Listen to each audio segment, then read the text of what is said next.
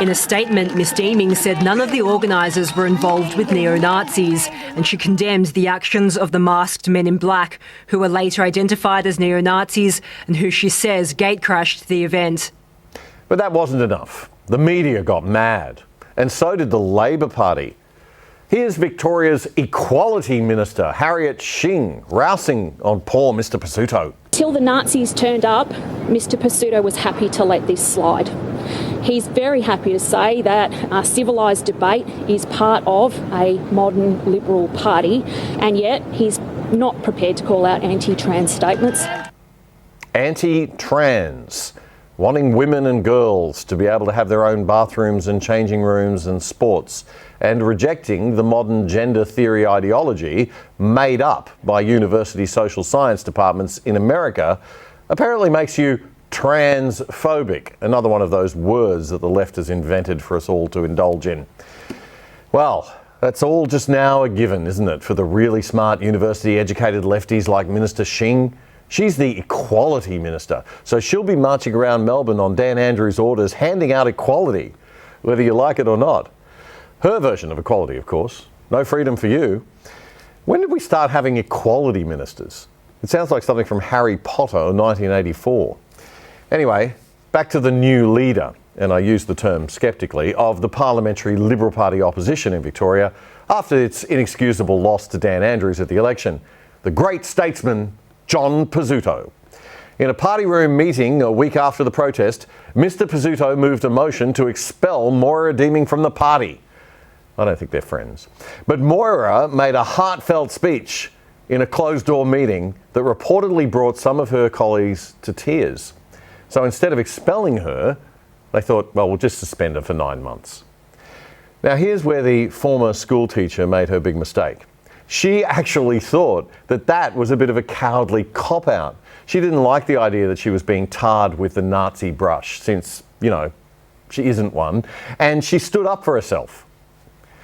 My God, I mean, clearly nobody told her the Liberal Party rules. Nobody stands up for anything in the Liberal Party. You can't stay in the Liberal Party if you do that. Oh well, she's new.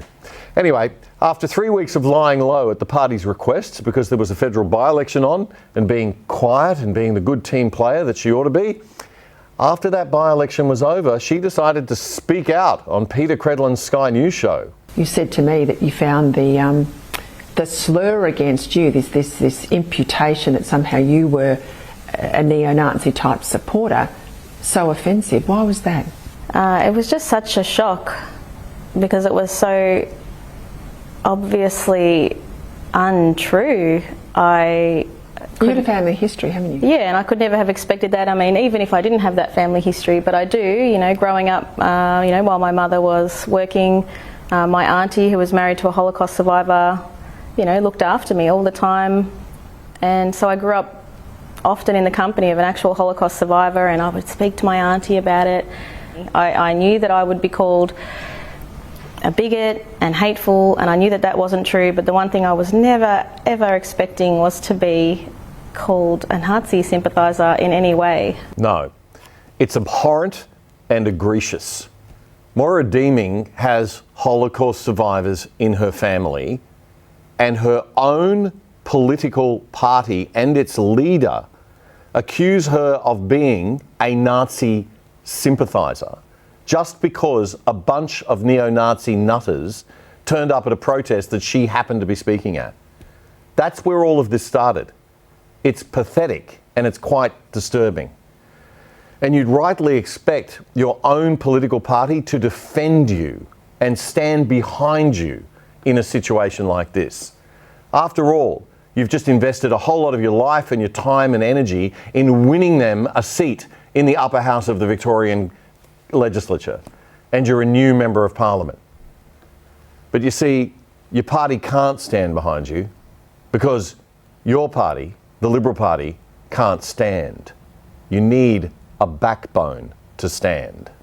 If you enjoyed that content, there's lots more where that came from. The Other Side Australia is back every Tuesday and Friday on ADH TV and all good podcast platforms. It's your weekly short circuit summary of the best news commentary from Australia and abroad. Don't miss it.